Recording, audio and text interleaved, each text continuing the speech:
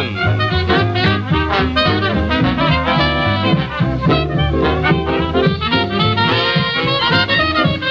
You're in the picture with Jackie's guests, Jan Sterling, Arthur Treacher, Patricia Carroll, and Pat Harrington Jr. And now, here's the head of our gallery, our catalyst, Jackie Gleason.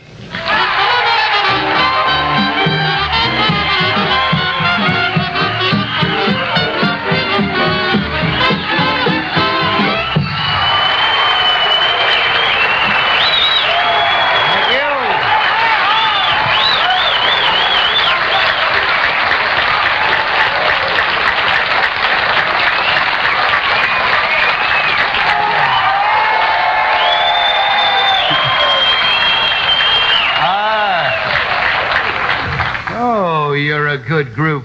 I want to thank you very much. As you noticed, Mr. Olson introduced me as a catalyst. For all of you people who don't know what a catalyst is, as soon as I look it up, I'll tell you. Now, we have some fine guests on our panel this evening, and I'd like to introduce them to you individually. First, we have Miss Jan Sterling.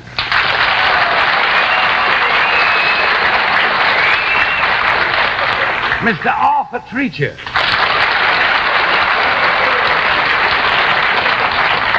Miss Pat Carroll. And Pat Harrington Jr.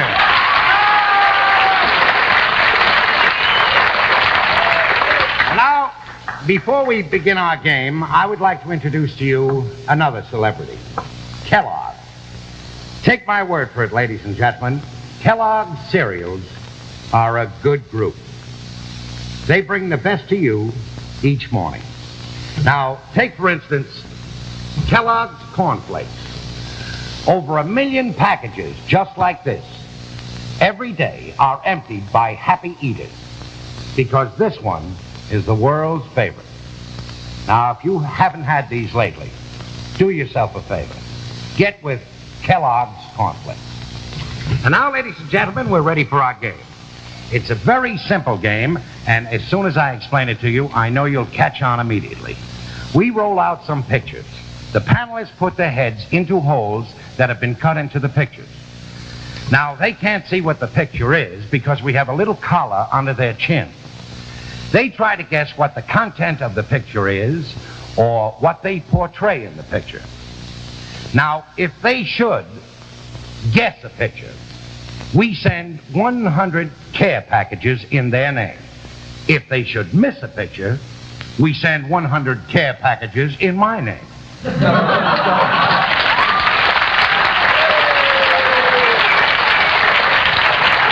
So with this game, everybody wins, nobody loses.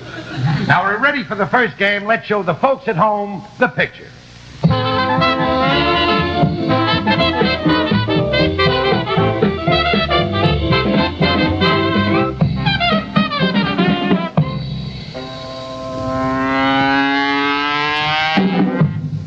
Would the panels kindly step in?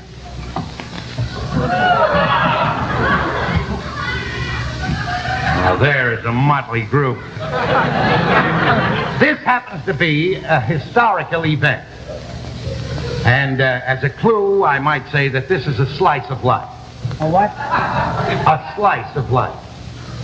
Now, we'll begin the interrogation with you, Miss Carroll. Would I be considered, or would I be allowed as a guest at the inaugural ball tonight? I imagine you would, yes. Would I be dressed in the modern costume?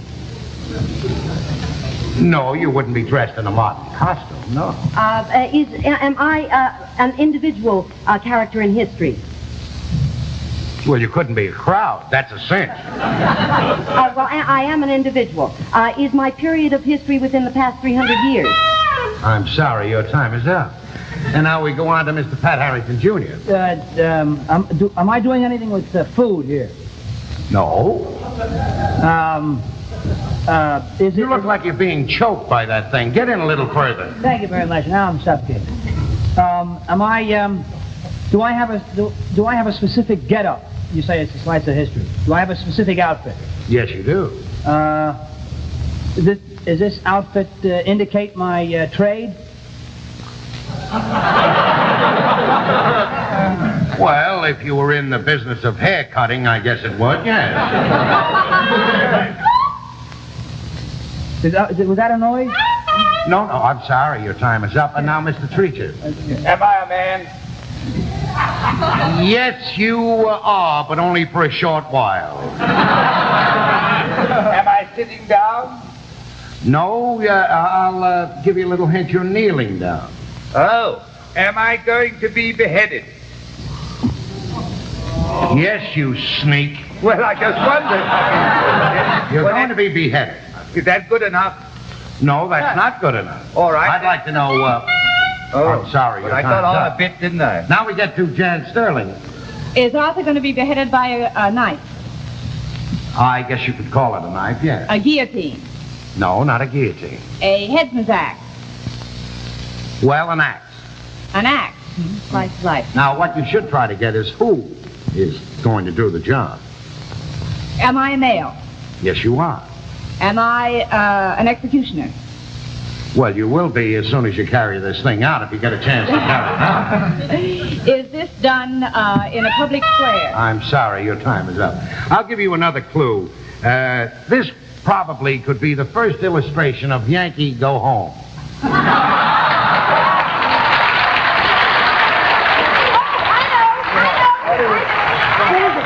You know what? Pocahontas. You're absolutely right.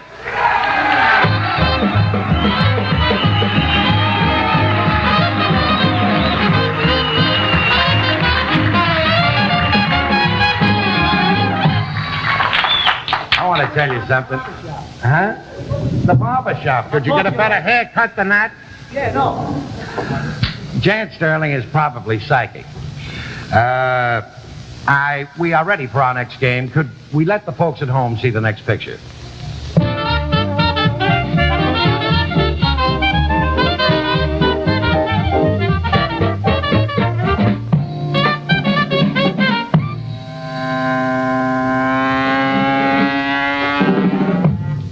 Would you step in, panel?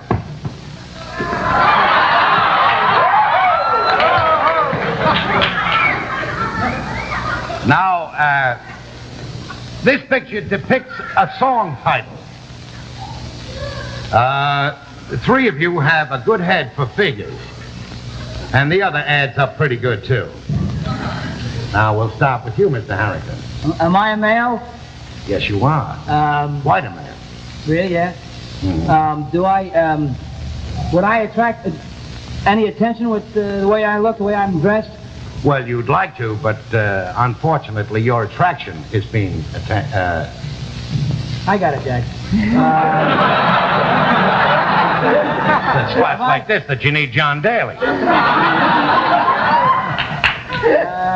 If I don't get this, are they going to pick up your option? No. Am I... I'm sorry. We go to Jan Sterling. Am I a female? No, you're not. A male? That's correct. A small male? No, a large one. Am I modern? Yes, you are a modern male. Am I doing something that you would do? I'm afraid so. Standing on the corner watching all the girls go by? Boy, you don't know how close you came. You're standing somewhere and you're watching something that isn't plural, but... Let me see. You got a pass. Mr. Treacher? Am I a male? No, you're not. I'm a girl? Oh, you're so lovely, Arthur. Am I the girl, kind of a girl you would like to know?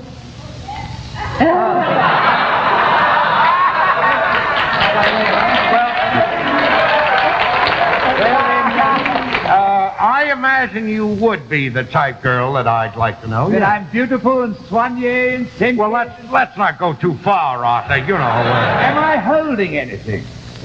You're holding some attention, I'll say that. And that is all. Yeah. And are we something you like? Sorry, now we go to Pat Carroll. Am I a girl also? No, you're not. I am lower, I have a feeling, than everybody else. Am I kneeling?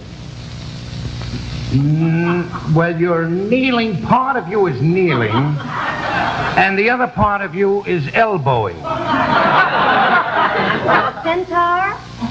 A centaur? Yes. I'll talk to you after the show. Yeah. No, you're not a centaur. Well, then I am not really. Am I alive? Oh, you're alive, all right. Very much alive, and you're becoming more alive every minute. If I'm elbowing, am I doing something to Arthur, who is a lady? I will say that, yes. You are ogling Arthur. Now, I'll give you another clue. This picture could be titled A Little French Dressing on the Side. Are we in a specific place? Yes, you are. Is it a bar? No, it's not. Is it a French bar? What's the difference? I'm in a good area. I don't want to get out. French dressing on it. I never asked you, am I a man? Oh, yes, you did ask me, and I told you were a very fine man, big man. Yeah. You're very insecure about this, aren't you, Pat? Yeah, well, it's only make-believe, you know. I haven't spoken to my agent in 3 days, and you know, is Arthur half? I'm sorry, your time is up. Are we three boys watching Arthur? You're absolutely right. Is Arthur undressing? Or dressing? Is Arthur undressing? No, he's not. Is he undressed? But I'll say this, that if What? he were going to undress, it would take a very short while.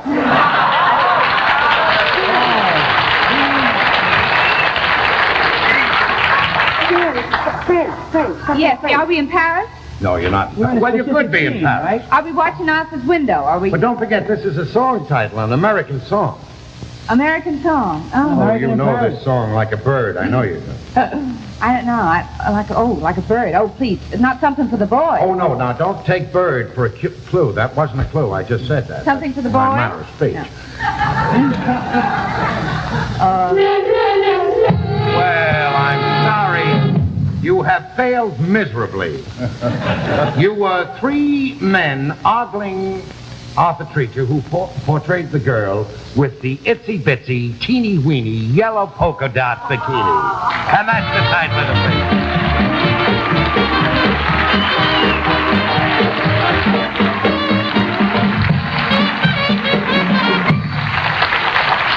Before we continue with our next game, let's see another kind of interesting picture. Good evening, everybody. This is Dennis James. I just want to say that it's going to be lots of fun for me to be in this picture with Jackie Gleason, talking to you folks about all the wonderful Kellogg products. So I'd like to suggest right now that you kind of pull up a chair so you're in the picture. See, once you're next to these, I think that you'll want Kellogg's Corn Flakes to bring the best to you each morning, every morning. Most people do. See, this is the best liked, the world's favorite cereal. It's got the best flavor, too. That's the secret. And it's Kellogg's secret. And when you think about it, it is a secret to make good food taste good. And in Corn Flakes, Kellogg's has it, all ready for you. Crisp and fresh, the real thing. A Kellogg's Good Morning, the best to you each morning. Kello, double good Kellogg's, best to you. So how about it? Have some right after the show tonight and tomorrow morning. Try it real soon, okay? Okay.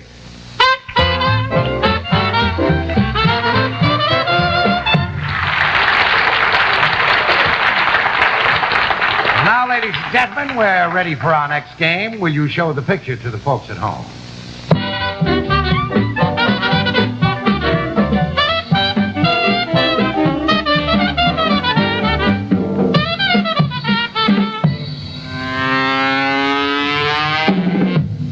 Will the panel kindly step in?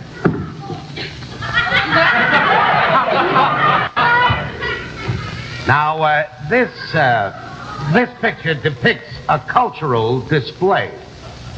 And while three of you are very famous, the other one keeps giving you the brush off. Now, we'll begin with you, Arthur. Am I a man? Yes, you are quite a man. I am a man. And am I holding anything? You sure are. A dangerous weapon? The way things are going, yeah. I buy this at an ironmonger's? At where? At a hardware store. At an ironmonger's. hardware store, you know. Hardware store. Please speak in our idiom, because I don't think ironmongers. But I mean a hardware store. No, you couldn't buy that there. Oh, I'm yeah. sorry, your time is up, and now we get to you, Pat. Is Arthur doing something to me? No, he's not. No. He's not doing anything to me. Am I alive? Am I a human being? Oh, yes, you're a human. I am human. Am I a woman? No, you're not. You're a man. I am a man. Am I doing something to somebody else? Well, you've done something to everyone, but you have just finished doing something to someone. Let's see you get away with that. I am doing something to somebody. Well, you have just finished doing something to someone. Is this thing that I'm doing, does it give pleasure to the people I'm doing it to? Oh, I'm so sorry. I couldn't answer that. Jan? Are we statues? I told you, this dame is psychic. Yes, you're statue. And is one of us a cleaner or a duster or somebody that's cleaning statues? That's right. Could I'll Arthur give you be- another hint. Huh? You look like a waiter in a pizzeria.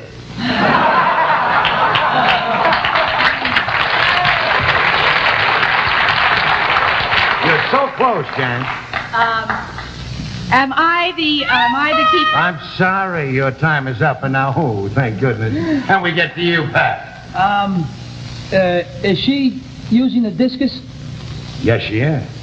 Are there three of us involved in one scene, or That's right. Three of you involved in one Would it scene. be like three events, Three, separate, distinct Three events? statues, isn't it? three statues, yes. Statues. Yeah. I'm the discus thrower. That's then right. You find out who else Like, in am I town. a weight thrower or something, and are we all aiming our stuff at her, at Pat Carroll? No, you're not. But we're not? No. It'd be funny, wouldn't it? Oh, yes, it would. If she hit you with that pizza, it'd be funny, I'll tell you that. You're close, though, Pat. Yeah, well, I get the feeling I am. You do? We have a few seconds left. Arthur? All right. Is somebody dusting us off? Yes, they are. All right. And am I a javelin thrower? No, you're not a javelin thrower. Oh, one of them is the museum keeper, perhaps? Or That's correct. Oh, now you'd like to know which one, wouldn't you? Yes. Yeah. Who are you? Arthur, I think I am. Now, remember, I told you, you asked if you were carrying something, and I said, yes, a big deal. Well, I did a big deal because I said javelin thrower. But anyhow, The pole ball. oh, what? No. Statues back. How can you carry a pole ball? What's the matter with you?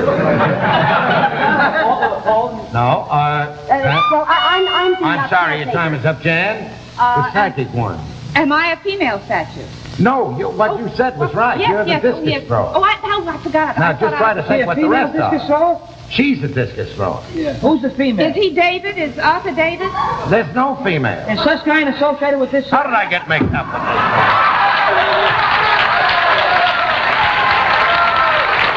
No, Jan is a female portraying a male statue, which is the discus thrower. Now, does that give you any idea what you are? We Well, got it's got to be a gift from Cuba. I'd like to give. He's looking for a gift like this, Cuba. Have we got the thinker? Is one of us the thinker? You're absolutely right. Now, what is the other And a one? discus thrower? The thinker? And an agent. No, but sometimes agents look like Arthur does. And the Venus de Milo? No. Oh, you're so. David? Oh, Aphrodite. No. I'm sorry. But I must give you credit. You had you had 3/4 of the picture. Arthur is Atlas holding the world. Oh. And the title of the picture was the Metropolitan Museum of Art.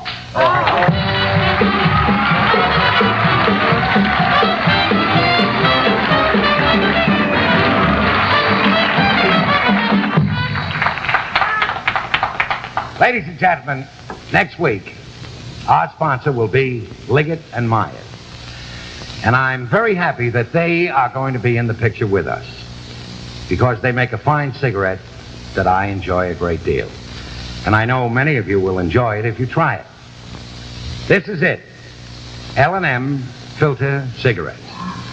Now, I'd like you to know that I was in the picture with L&M long before they were in the picture with me.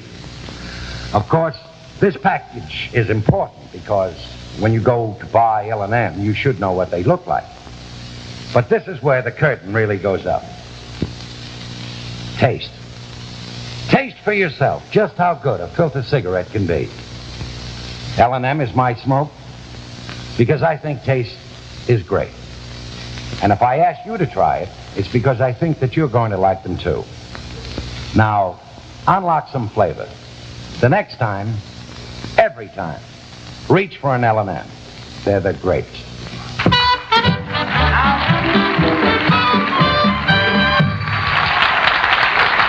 We are ready for our next picture. Show the folks at home.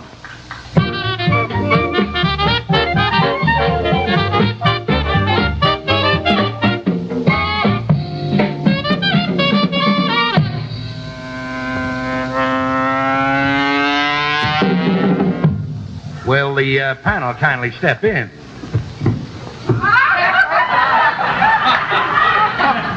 Now, this picture portrays a very famous theatrical group.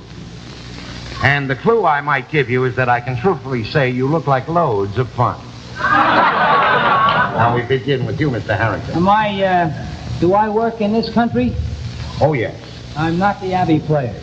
No, you're not the Abbey players. You're more like the baby players. A theatrical group. Theatrical group. Loads of fun. Have anything to do with films? No, I don't think you've been in pictures. The circuit. You know, the key. There's been a circuit connected with what you have appeared in. Oh, I'm thinking of some specific act. That's not the right tack here. Am I a man? Are we all doing something together? You are? I'm sorry. Are we not adults? Are we children? Oh, you're all adults. Very large adults. Oh, we're extra large adults. We're king-size adults. Yeah, well, queen-size adults. We're women, all 4 women. You're all 4 women. Are we doing it together as a group? You are doing it together so nice as a group, except for one. One of you looks a little lefty. Oh, lefty. Is what we're doing dancing? Yes, you are. We are dancing. It is a certain kind of dancing. Yes, it's a particular kind. Would it create marvelous excitement from the audience, the type of dancing that we do? Oh, jealous. Well, I would say that it would... I'm sorry, time is up. Arthur. Are we animals? Well, a lot of people would call you elephants, but I don't think you're animals. Well, then, all right. Are we holding anything? Each other. Each other, and we're not dancing. You are dancing. Are we dancing? Are we dancing? You're dancing. dancing? Are we dancing, Jeffy? Are we dancing in rhythm? Well, all except one. She has some other ideas. But are we on our toes? No, you're on your heels. You're on my toes. Now- Yes, I know, but I couldn't help it. Now we get to Miss Sterling. Are there only 4 members of this troupe? That's true. Is the whole troupe? Oh, and we're women. You said loads of. Are we very heavy? Yes, you are. She is gorgeous. Oh, there are 4 ladies That's right. Are 4 very ladies. heavy, and Very heavy. but I'm afraid I don't know their names. Oh, the Broadway show, My 4 Ladies.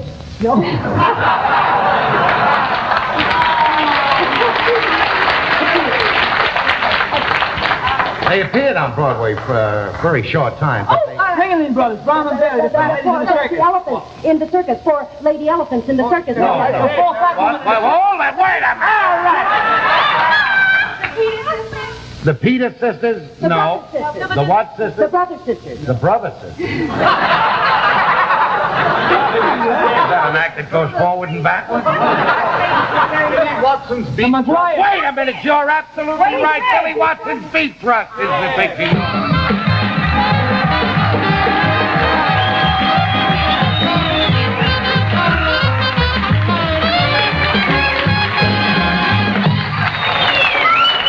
It's all right. We're ready for our next picture. Let's show it to the folks at home.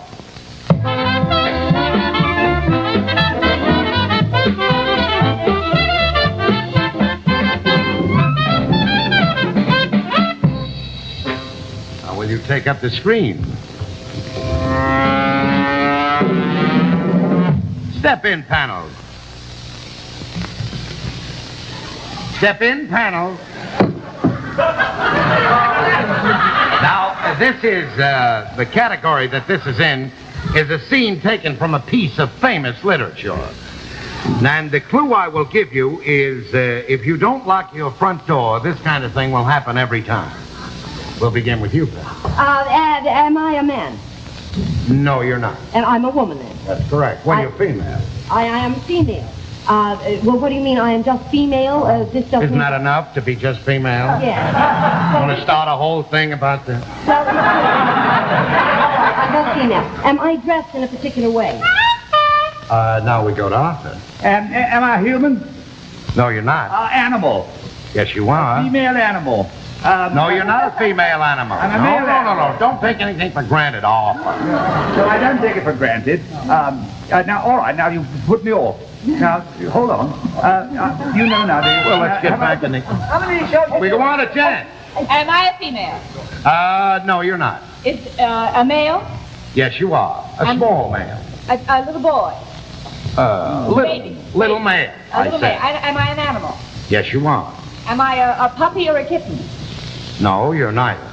Am I an animal? You don't mean a fowl. I'm not a No, not there's a fowl, nothing foul about you, Jan. I'm sorry, we go to Pat. You said this was from literature, right? That's Have correct. anything to do with Shakespeare? No, nothing to do with Shakespeare. Does it have anything to do with the Pied Piper of Hamelin? No. We're animals. Yeah, well, there's one... Oh, Jackie, sorry, does it yes. have anything to do with the door? And a huff and a puff and I blow your house down. Would it be the three pigs and the wolf? What was that?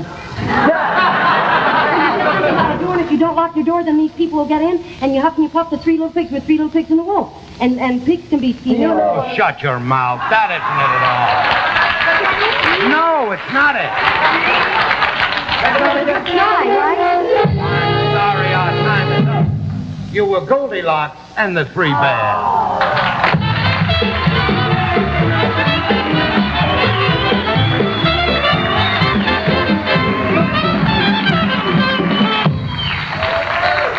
As you know, friends, we don't play this game to win prizes. But you'll be ahead when you listen to this. Hi, this is Dennis James again. Say, do you want a do-it-yourself breakfast kit? All right, then put Kellogg's Variety Package on the table. See, this is the new and bigger assortment, America's favorite collection of cereals. It's the best to you and you and you each morning the way you like it. Look at your choices, 10 fresh individual servings. All the great grains, corn, rice, oats, wheat, a delicious variety of flaked, popped, puffed, and some already sweetened cereals. K-E-double-L-O, double good Kellogg's, best to you. So how about picking up a couple of Kellogg's Variety Packs real soon? Okay? Okay. Good wishes and good health. The best to you each morning, fresh from Kellogg's of Battle Creek. Thank you very much, ladies and gentlemen. I'd like to thank the panel, Miss Pat Carroll, Mr. Arthur Treacher, Miss Jan Sterling, Mr. Pat Harrington. I would also like to say, ladies and gentlemen, that you've been a very fine audience. You have braved a blizzard, and you were just great. Thank you. Good night. See you next week.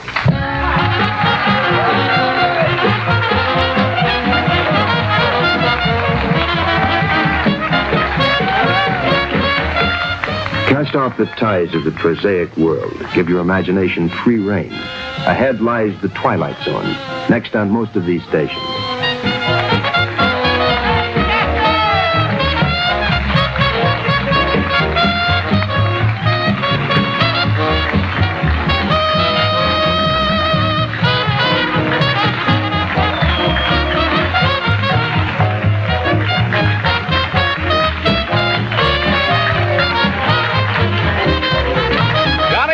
Speaking for You're in the Picture, saying L&M Filter Cigarettes presents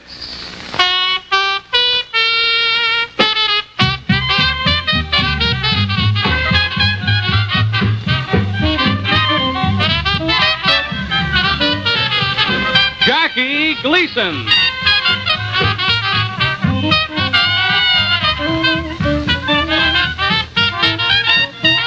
In what will probably prove to be a very unusual program.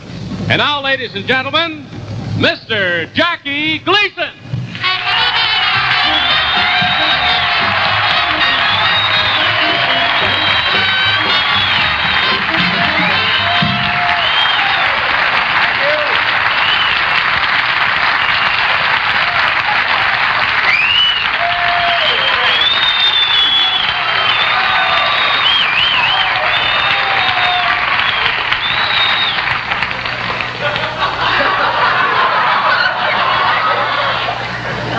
that's good coffee.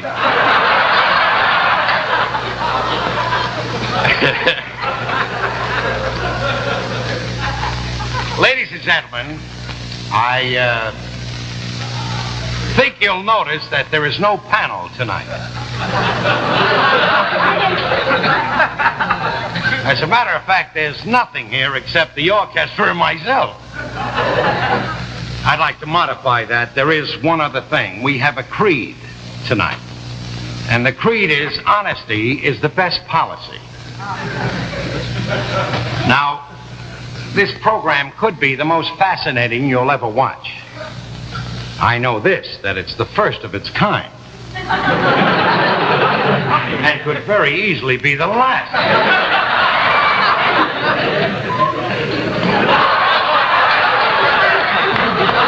Oh, it's good. Now, while I said that we didn't have a panel or anything like that, we do have a premise. And the premise is this. Last week we did a show called You're in the Picture. That laid, without a doubt, the biggest bomb.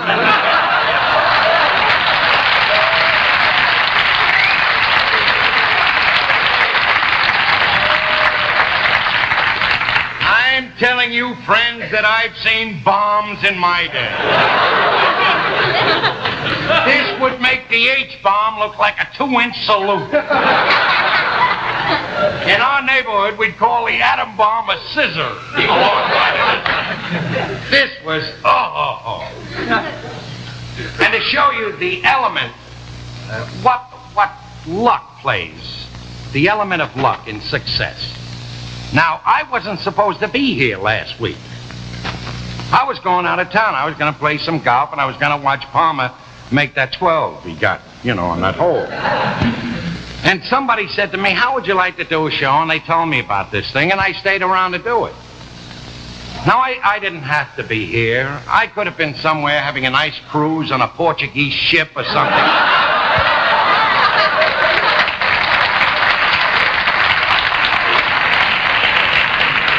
As a matter of fact, if I had been on that ship, I wouldn't be here tonight.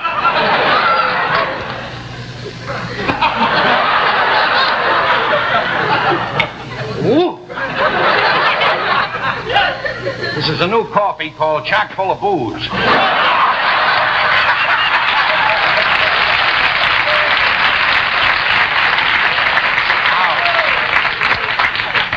Now, before we go any further to discuss this catastrophe that took place last week, and I'll get some dirtier words to explain it later, I would like to tell you that tonight our show is being brought to you by none other friends than L&M Filter Cigarettes. My choice for flavor. Now, unless you're smoking L&Ms, all you can do is imagine how good they taste. How much great flavor you can get from a filter cigarette. Not from just one L&M or two or a whole pack. But every time you light up, every time, L&M gives you that flavor. Now, I think you'll agree.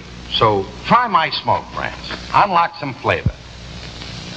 The next time, every time, reach for an L&M because they're the greatest. Now, back to the subject. A lot of people might ask, how is it possible for a group of trained people in show business, if this happened in a hospital,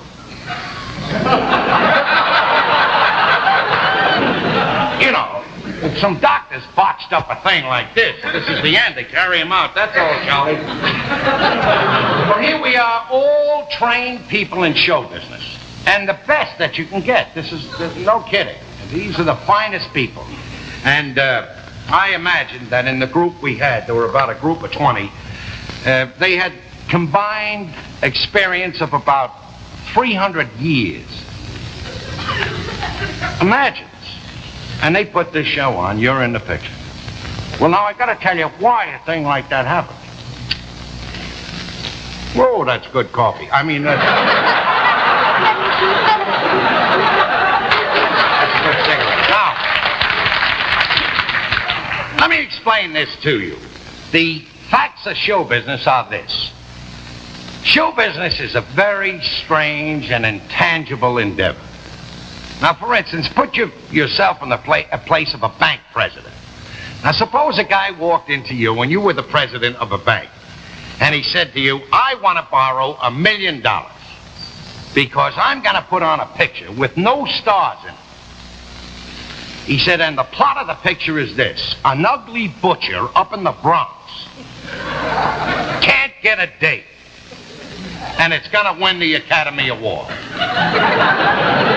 Well, immediately, you step on the emergency bell, and you hermetically seal the whole bank, and in 30 seconds, Bellevue was there with the straitjackets akimbo, But oddly enough, there was a guy who did borrow some money from a bank, who did put on a picture without any stars in it, and it was about an ugly butcher in the Bronx who couldn't find a date, and the name of the picture was Marty. Now, up to now, it's made about $8 million. So how can you tell, Now, that's a stupid plot that you walk in with. But let's look at the other end of the road. A couple of years ago, about 10 years ago, there was a show. A guy had an idea for a show. He said, here's what we're going to do. He says, we're going to put on a show called Keep Off the Grass. It'll be about Central Park. He said, and we'll get a historian that knows all the funny things that happen in Central Park. And you know, friends, that there's been some funny... He says, we'll get two geniuses to write the music, and they did. They got Jimmy McHugh and Howard Dietz. They said, we'll get the master choreographer of all times, Balanchine. He'll put on the dances. They said, then we'll get stars. We'll get Jimmy Durante, Jane Froman, Ray Bolger, and Ilka Chase. And they did. And they put this show on. I was in it, friends. It closed so fast, I got caught in the doors. So that's the intangible. Yeah, that isn't the worst flop. I was in worse than that. I was in a little legitimate show in summer stock. This thing was so bad that opening night it closed during intermission. This is how bad this was. But, there's... Now, for instance, when they came to me with this idea, you're in the picture, I got to take the blame for this, because a guy walked in and he demonstrated. I was sitting with my agent, and a couple of the people that belong to the agency that I'm employed by or guided by. Who's dirty, Ron? No.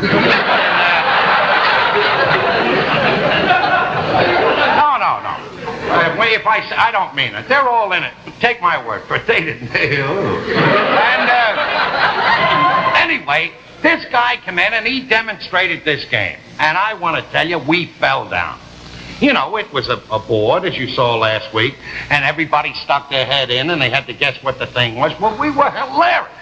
And it got contagious. We were calling in stenographers and secretaries. Hey, look at this, what we... People were walking down the corridor with packages. We were pulling them in. Look at this thing that we got here. Now, you can't imagine how this built up, in our opinion, as a great show. It just caught on. Now, I got to show you, for you people who didn't see the show last week, who weren't that fortunate, I got to show you what it was like. Now, will you bring out the tableau, please? Bring that thing out here. Just bring it up. You'll notice, ladies and gentlemen, that the stagehands have their back turned to the audience. Now, this is understandable. They don't want to be identified with this thing. They have wives and children and are respected members of their community, and they don't want to have it. But this is it. Now, if you looked at that, wouldn't you say that was funny? Well, maybe it's unfair to show you this. You see, somebody has to stick their... Let me show you, when you put your head through the hole, how funny it is. Watch this. Up back here. Just pull it down. There you are. Look at that there. Take it off, fellas. Well, that's what I mean, Maybe it was because they had the cook over at General Artists Corporation stick her head in there or something. I don't know. But it was very funny when we were watching it. Now, you would think that an audience who watches a show for a half hour would walk out of the theater memorizing the highlights of the show. They didn't even walk out of here humming the scenery. But aside from that, for instance, we got a call right after the show, and it was very embarrassing. It was the Russian embassy. They wanted a copy of this tape to show in the Kremlin. Believe me, if they show this, you'll tell the truth. They had a bomb like this one, too. We'd listen. But Castro has a new slogan since we had this show. It's called, Yankee, go stick your head in a hole. But now, you take, for instance, the reviews that we got on the show. This was really rough. And I'll tell you why. You have no idea what an actor goes through when he gets up the next morning and has to open that paper and look at what they wrote about him when he knows he's laid an egg. And it was especially bad for me because we did the show on Friday. And at Friday, all the television columns are in bed. So I had to wait till Monday. Now, this provides bad temper, ulcers, and a third-degree hangover, which was terrible. Now, you can say things about critics. You can say, well, what does a critic know? If he knew anything, he'd put on a hit show himself if he knows it all, you know. And you can say the same thing about ratings. Funny thing about actors, they like ratings when they're high, and they hate critics when they rap them. Well, I'm of the school that if a critic did know about how to put on a show, he would. But I'm still on the critic's side because you don't have to be Alexander Graham Bell to pick up the phone and find out it's dead.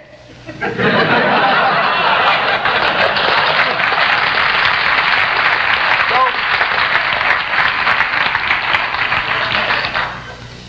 before I read you the reviews, I'd like to tell you another thing an actor does. He tries to find out who's to blame for this.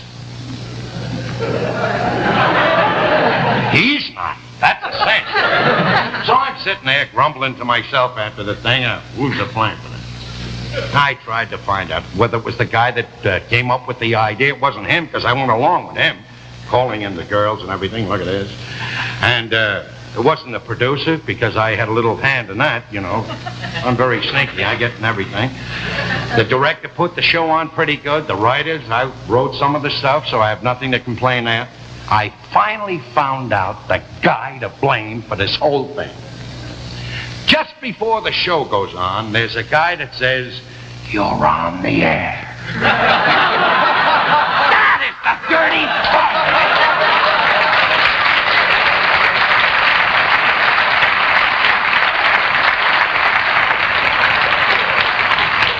Move over, Castro. Now, before we go any further, I'd like everybody to, I'll tell you more about this thing, but everybody stand back right now because we have some big news for you. L&M has found the secret, that's the flavor in a filter cigarette. If you know the missing word in the L&M jingle, you may be a winner in L&M's $169,000 sweepstakes. First prize worth $40,000. Includes $15,000 cash, a '61 Thunderbird hardtop, and this $20,000 Westinghouse Total Electric Vacation Home. Second prize, a bundle of money, $10,000 cold cash. 20 third prizes, each one a '61 Falcon two-door sedan. And 1,000 fourth prizes, famous Argus movie cameras. To be eligible for the big drawing, just fill in the missing word in the L&M jingle. Complete rules on how to enter in L&M magazine advertisements or where L&Ms are sold. Enter L&M's $169,000 sweepstakes now. Now, there's a chance to win a bundle. But win or not, give yourself the big prize in smoking. The good tobacco taste of L&M. It can't be beat, friends. So unlock some flavor Reach for the greatest, L&M.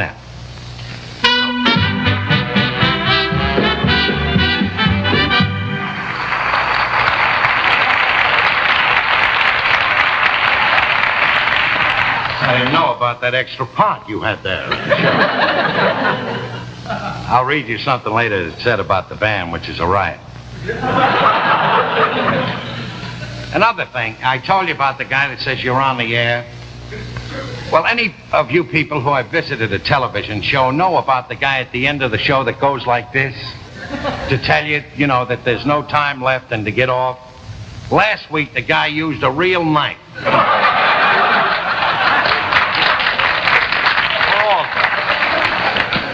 Now, another funny thing about putting on a flop show. And I wish I wasn't an expert in all these things.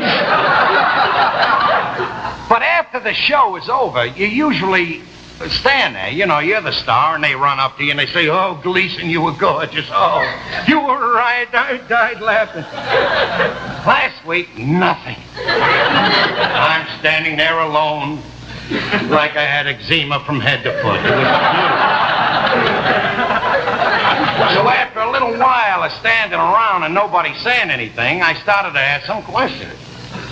So I walked up to one of the stagehands and I said, "Well, Charlie, how'd you like the show?"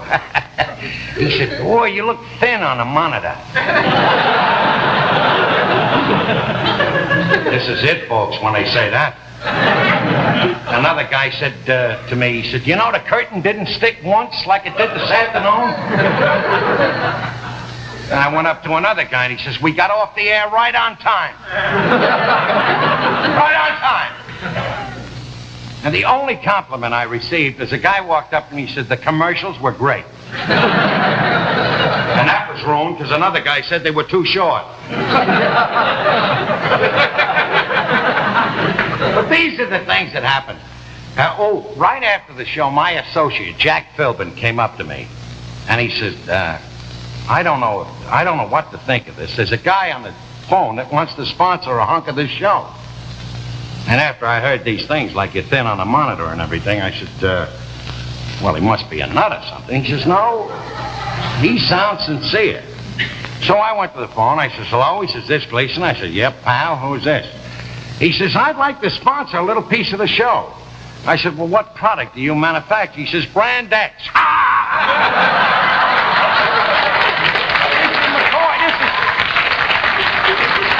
This is the truth.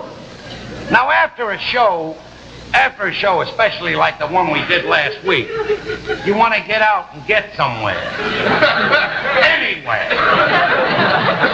And if you have an armed guard, that's good too, but you want to get out. So we all went to a restaurant, my associates and people connected with the show, and a restaurant you would ordinarily go to eat in, but we didn't.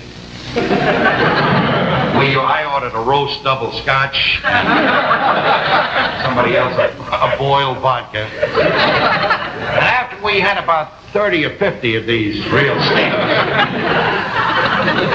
we began to think it over. And with the glow of the booze, the show got better, One guy says, "You gotta admit it was a cold night."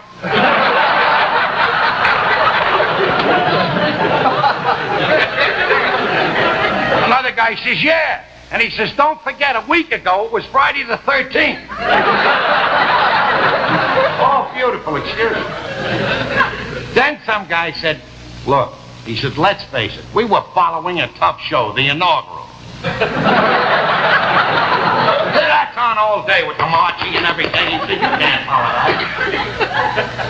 I said, "Come to think of it, you're right."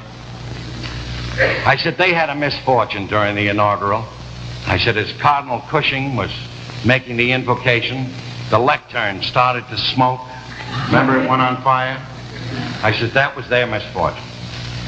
I said, it should happen to us that we had a misfortune where everything burned up before we got it. And we could have also used a couple of Cardinal Cushing's prayers. But I knew we were finished because when I went home to the hotel, I opened the window to look out and see if it was still snowing. And they had the nets up.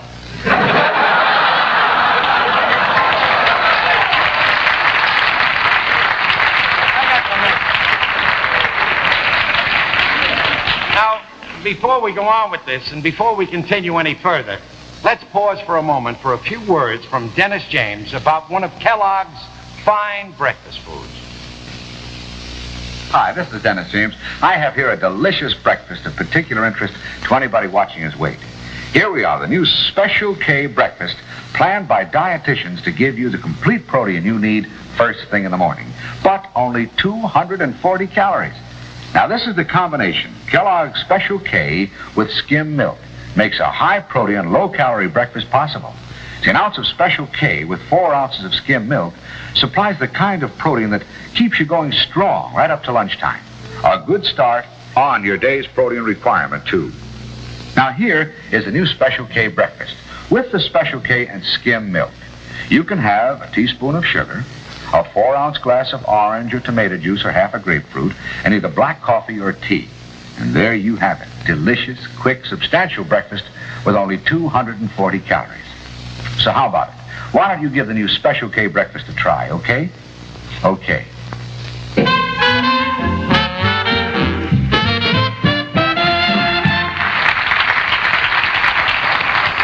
You know, ladies and gentlemen, the reason I can come out and joke about this kind of a thing is because I know that you can't kid the public.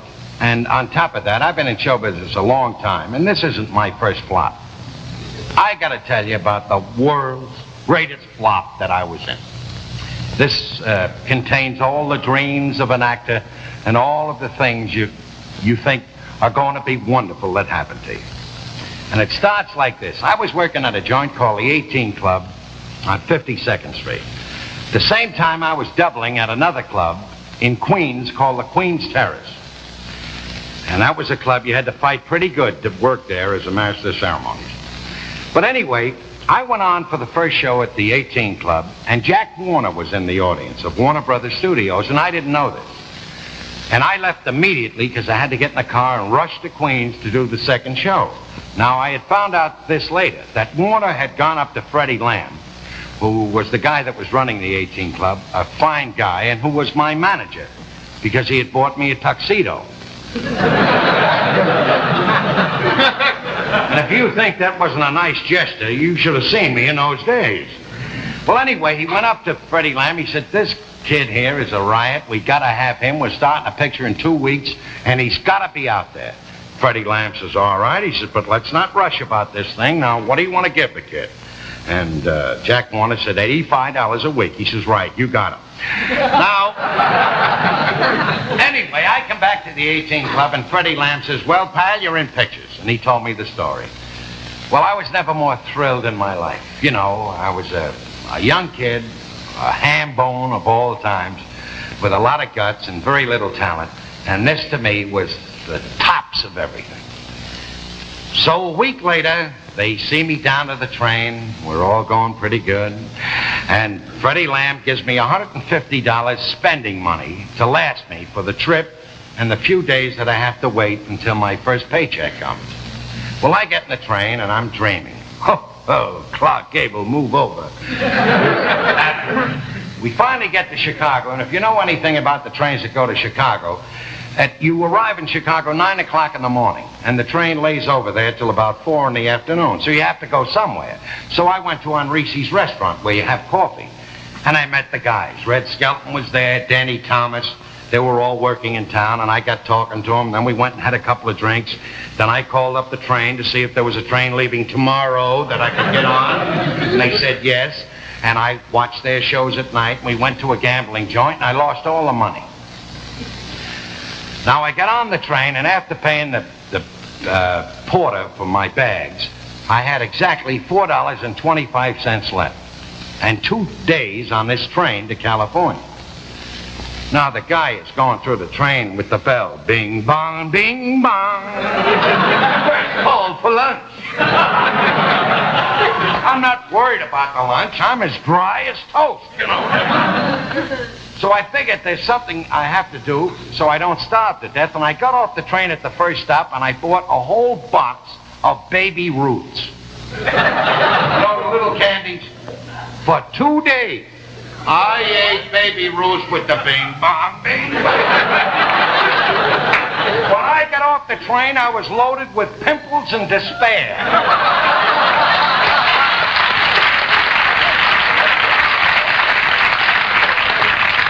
The guy that was at the train to meet me said to me, "What studio do you want to go to?" I said, "The Brown Derby Restaurant." Anyway, well, I'll have to tell you the end of the story right after our next commercial. Now, as I told you, tonight our show is brought to you by L&M. And when I asked you to try my cigarette, L&M, I asked you to try them for only one reason: taste. Really good tobacco taste that gives you pleasure.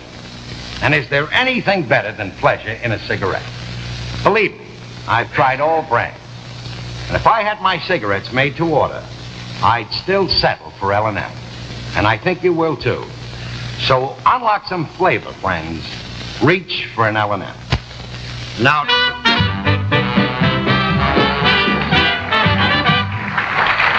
before finishing the story, could I have another cup of coffee, please? This is the finish. The Sole Survivor. We had 4 of these when we were going good last week. Anyway, I made the picture. It was called Navy Blues. And it was a pretty good picture. Jack Haley was in it. Jack Oakey, Martha Ray, Ann Sheridan, Jack Carson. They were all splendid. But I had the kind of a part like if there were a big group of sailors and they said, "Let's get on a boat," I'd say, "Yeah, let's get on a boat." And we all run on. Then if they said, "Let's get off the boat," I'd say, "Yeah, let's get off the boat." We'd all run off. Well, we did this picture, and I couldn't wait till it came out. And it came out and played at the Warner Brothers Theater on Hollywood Boulevard, and I went to see it. And I came out, and I was pretty dejected. And I called up Jack Haley, who was a good friend of mine then and still is. And I said, "Jack, I just saw the picture." He says, "Well, how were you in it?" I said, "I looked like somebody watching the picture being made." Now, that's not such a funny story, but believe me, it really hurt here. But I have learned through just such... are you saying 30 till we're finished or what? Yeah? Well, let me tell you something. This isn't a requiem for a heavyweight. I'm coming back next week. I don't know what we're going to do. But take my word for it. Tune in on the next chapter, because this might be the greatest soapless opera you've ever seen. I'd like to close with this little poem. If I am in an easy chair with not a problem, not a care, should some dear faithful friend appear and tell me of a great idea, a TV show that seems a beaut, I'll smack him right in the snoot.